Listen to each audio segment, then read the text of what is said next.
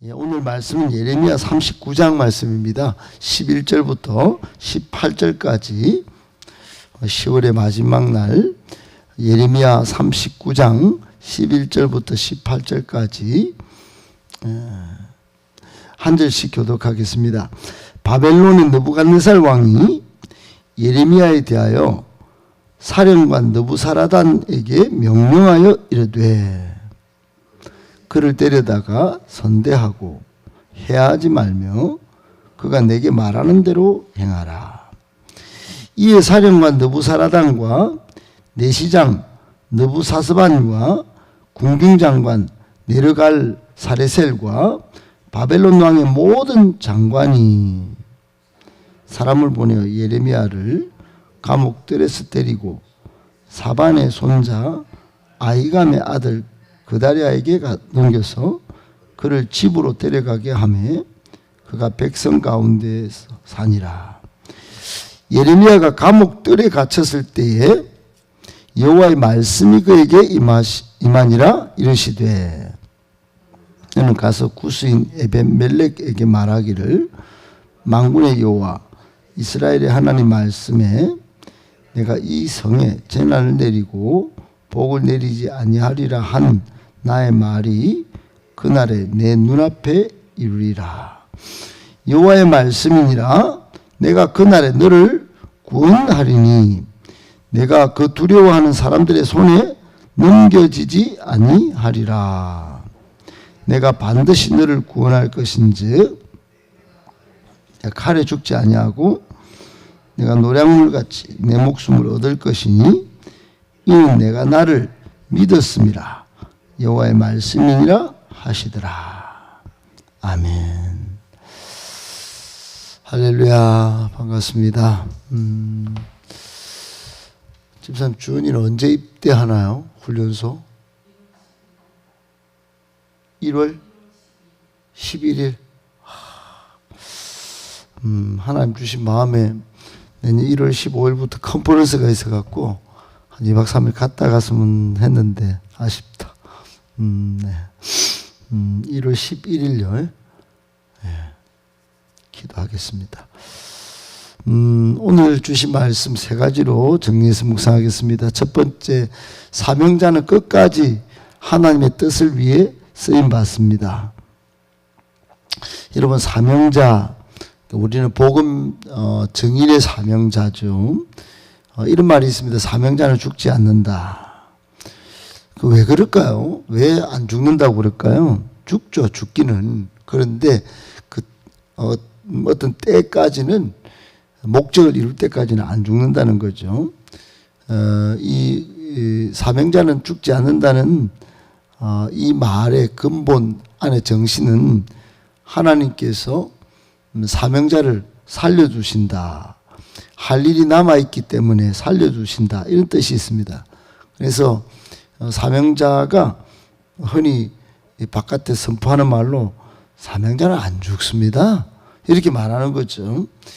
그 말은 죽기는 죽는데 하나님의 할 일이 남아있기 때문에 그 다짐의 소리이기도 하고, 실제로 성경에 사명자를 하나님께서 예수님이나 바울이나 끝까지 어떤 목적을 이룰 때까지는 살려두신 것을 볼 수 있습니다. 수많은 핍박과 수많은 살해의 위협에도 바울이 순간순간 살고, 예수님도 십자가 지시기까지 수많은 살해 업무들이 있었지만 살으셨죠.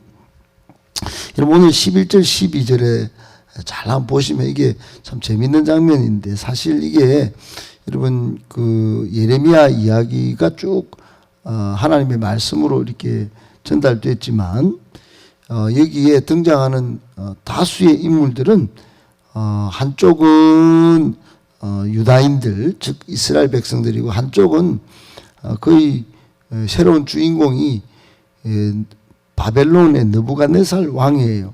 근데 이 사람은 이방인이잖아요. 그 예루살렘이 지금 함락돼서 바벨론 느부갓네살 왕이 딱 등장하면서 그의 군대 사령관, 어제 우리나라도 합참의장 등 다 3군 총장들이 다 교체가 됐는데 이 군사령관 대단합니다. 뭐 별 4개 달면 거의 뭐 전속 부관부터 쫙 차량까지 다 지원이 되고 이게 엄청난 건데 그 사령관에게 왕이 명령하기를 예레미야를 살려두고 데려다가 선대하도록 엄한 명령을 내렸습니다. 그리고 그가 말하는 대로 다 해주라고 한 거죠. 한마디로 2가지인데 하나는 석방, 하나는 선대입니다. 그러니까 감옥에 가둬놓고 지금 죽기를 기다리고 오매불망 흑암의 터널을 지나고 있는 예레미야에게 좋은 소식이 온 겁니다. 그게 누구한테 왔다는 거예요? 자기 동족도 아니고 지금 이게 굉장히 아이러니한 일인데 그동안 하나님의 말씀을 전했다는 이유로 자기 민족의 왕한테는 핍박을 받고 감옥에 갇혀서 생명이 갔다 가던 그런 순간인데 자기 이 나라가 멸망하고 지금 성이 다 파손되는 그런 상황 속에 적군의 왕과 사령관은 찾아와서 인신공격을 받고 또 지속적인 핍박을 받던 이 예레미야의 생명을 보존시키라. 그리고 선대하라. 이렇게 이제 명령을 내린 겁니다. 굉장히 아이러니한 일입니다. 그러니까 이게 뭐 역사적으로 많은 일이 있는 거 아니고 그 사람을 뭐 어떻게 뭐 굳이 뭐 알아내고 내통한 간첩이 아니라면 이럴 수가 없는데 반드시 망할 것이라고 지금 말하는 이 예레미야, 하나님 말씀 전했다는 이 예레미야를 이방 왕이 살렸다는 것은 이건 굉장히 영적으로 아이러니한 일입니다. 여러분, 그 안에 하나님의 숨은 뜻이 있습니다. 그것은 예레미야가 사명자이기 때문에 아직도 할 일이 남아있기 때문에 그렇게 살려둔 것입니다. 여러분, 우리도 마찬가지입니다. 숨을 쉬고 존재하는 이유, 오늘도 이 아침에 호흡하면서 이 자리에 뛰쳐나온 이유, 그것은 복음 전파, 영혼 구원, 하나님 나라를 이루는 건강한 교회를 이루어 하나님 나라를 이루는 사명이 있기 때문에 그렇습니다. 아직도 우리가 호흡하고 하나님께서 살려두시는 이유, 그건 우리가 이 시대의 사명자이기 때문입니다. 사명을 잃어버리면 안 됩니다. 사명을 가진 존재라는 엄청 위대한 자긍심을 가져야 합니다.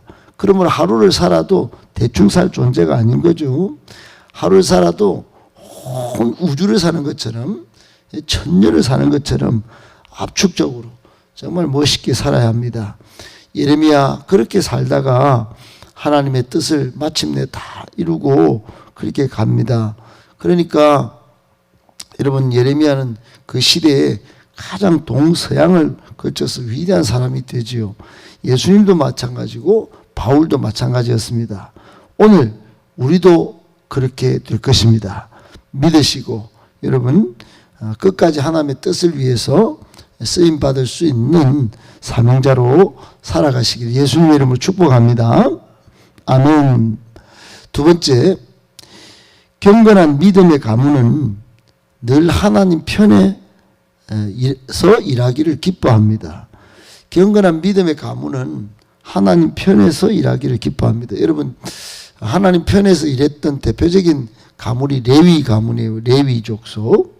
레위 족속은 출애굽기에 보면 하나님의 편에서 일을 했다. 편 이야기가 나옵니다. 편 이야기가 나오는 가문은 레위 가문이 그 유일무이한, 그래서 항상 하나님의 일, 하나님의 목적을 이루는 아주 믿음의 가문이었어요. 그런데 오늘 여러분 13절 14절에 보니까 느부갓네살 왕이 지엄한 명령을 내렸잖아요. 사령관을 비롯해서 모든 장관이 그 명령에 딱 반응합니다. 겁을 딱 먹고 출동을 했어요. 그래서 예레미야를 감옥에서 구출해내고, 그리고 어디에서 이제 맡겼나, 여러분 보셨다시피 사반의 손자, 그리고 아이감의 아들 그다랴입니다. 여러분, 그다랴라는 사람한테 맡겼다는 것이지요.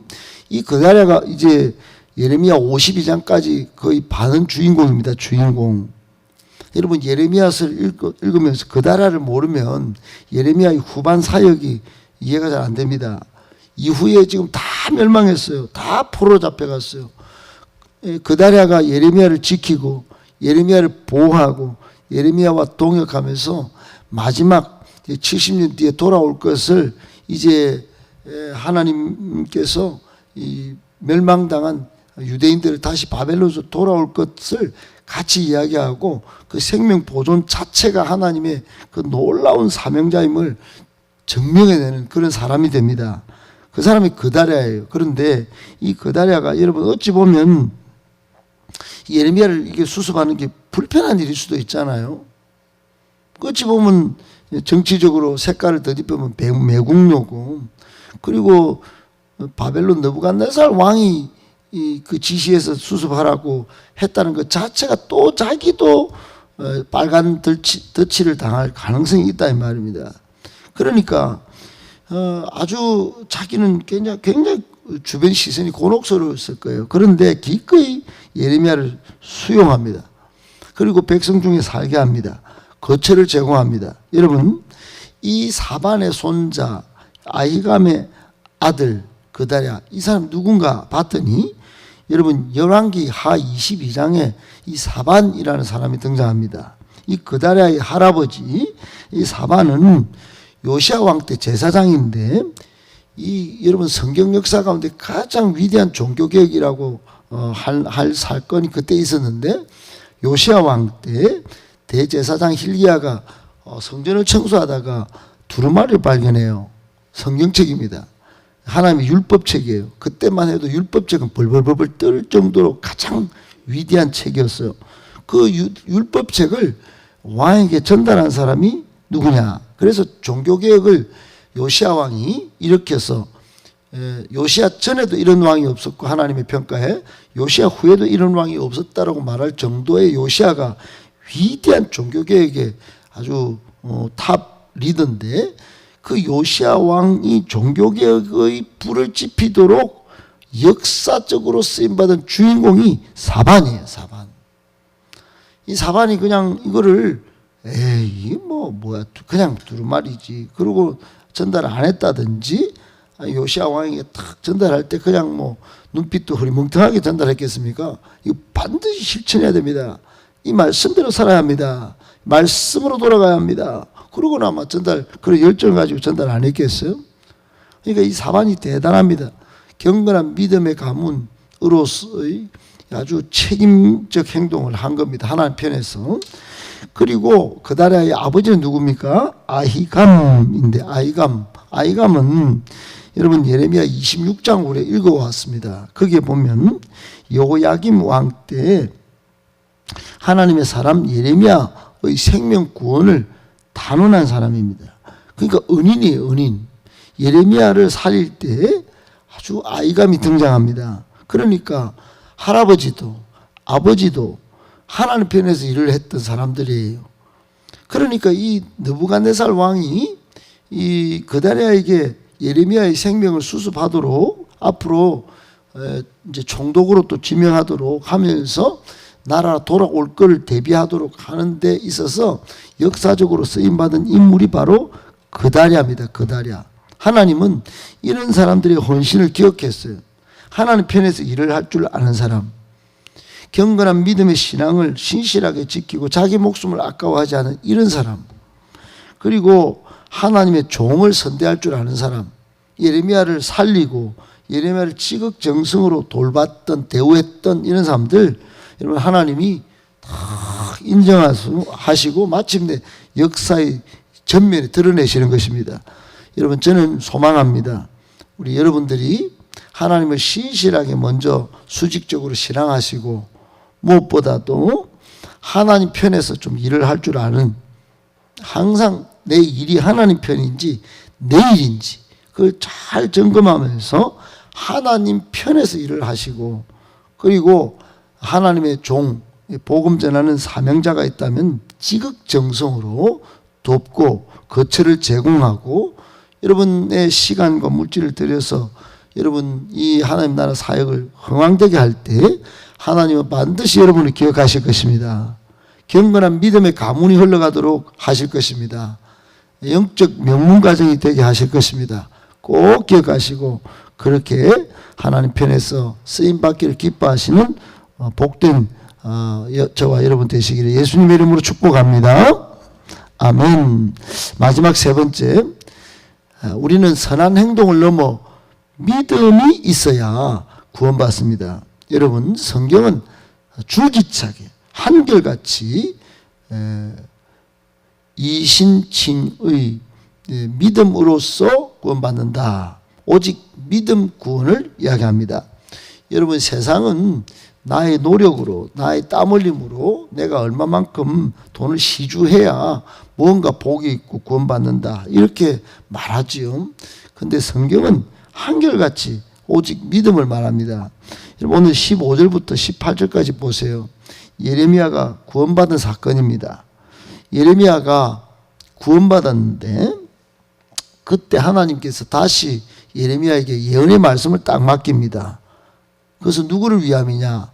이방인, 즉 구스는 오늘날 에디오피아입니다. 에디오피아. 여러분, 빌립 집사 때에 사도행전 8장에 구스인 넷이 그 보셨죠? 간닥에 보면 거기에 구스인 등장하는데 이디오피아인입니다. 그 이디오피아인 에벤멜렉을 구원할 것이라고 예언하는 장면이 오늘 있습니다. 이 사람이 왜 구원받습니까? 봤더니 이 에벤멜렉은 38장에 등장했던 인물인데 유대인 마지막 왕 시드기 왕 앞에서 용기 있게 예레미야 이거 다 굶어 죽는 중에 그 구덩이에 놔둬갖고 어차피 죽을 거 거기다 놔뒀대. 그 하나님한테 악한 일입니다. 그렇게 진언했던 사람이에요. 그러니까 내시로서 아주 중요한 예레미야가 남은 사명을 다 감당하도록 예레미야를 구출했던데 용기를 발동했던 사람이에요. 이 선한 행동 여러분 하나님이 기억하셨겠죠.